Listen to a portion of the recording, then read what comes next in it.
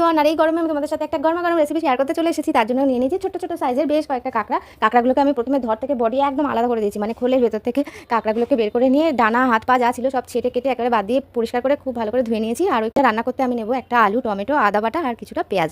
তো প্রথমে আমি এই কাঁকড়াগুলোকে কড়াইতে তেল নুন দিয়ে খুব ভালো করে একটু নাড়াচাড়া করে ভেজে নেবো। এই কাঁকড়া ভাজাটা কিন্তু অনেকটা চিংড়ি মাছ ভাজার মতনও খেতে লাগে, ভাজা অবস্থায় খাবো না, তাহলে তো ফাঁকা হয়ে যাবে। যাই হোক, কড়াইয়ের মধ্যে আমি ওই যে সব ফোড়ন দেবো এখন, তেজপাতা, শুকনো লঙ্কা, গোটা জিরে যা ছিল ফোড়ন দিয়ে দিয়েছি। তারপরে পেঁয়াজটা একটু নাড়াচাড়া করতে করতে দিয়ে দিয়েছি আলু কাটা আর একটা টমেটো, তারপরে আদা বাটাটাও দিয়ে দিয়েছি। নাড়াচাড়া করতে করতে একটুখানি নুন, টেস্ট মতো তোমরা লঙ্কার গুঁড়ো অ্যাড করতে পারো, আমি এখানে জিরে গুঁড়ো আর ধনে গুঁড়োটাই দিয়েছি। আর তারপরে ছিল ঘরে পাতা টক দই, তো ওই টক দইটাও আমি একটু নেড়েচেড়ে এর মধ্যে মিশিয়ে দিয়েছি। তারপর যখন দেখবো যে মশলার মধ্যে থেকে তেল ছাড়তে শুরু করে দিয়েছে, তখন এর মধ্যে আমি একটুখানি গরম জল দিয়ে দেবো। গরম জল দিয়ে দিয়েছি যাতে কাঁকড়া, মশলা, আলু সব একদম মিলেমিশে একাকার হয়ে যায়। তারপরে ভেজে রাখা কাঁকড়াগুলো দিয়ে ঢেকে দেবো এই 5-7 মিনিট মতন। তারপর ঢাকা খুলে একটু টেস্ট মতন আর কি দেখে চিনিটা অ্যাড করে দেবো, আর নামানোর আগে একটু ঘি, গরম মশলা, ব্যাস একদম গরম ভাতে জমে যাবে। তো আজকের রেসিপি এই পর্যন্ত।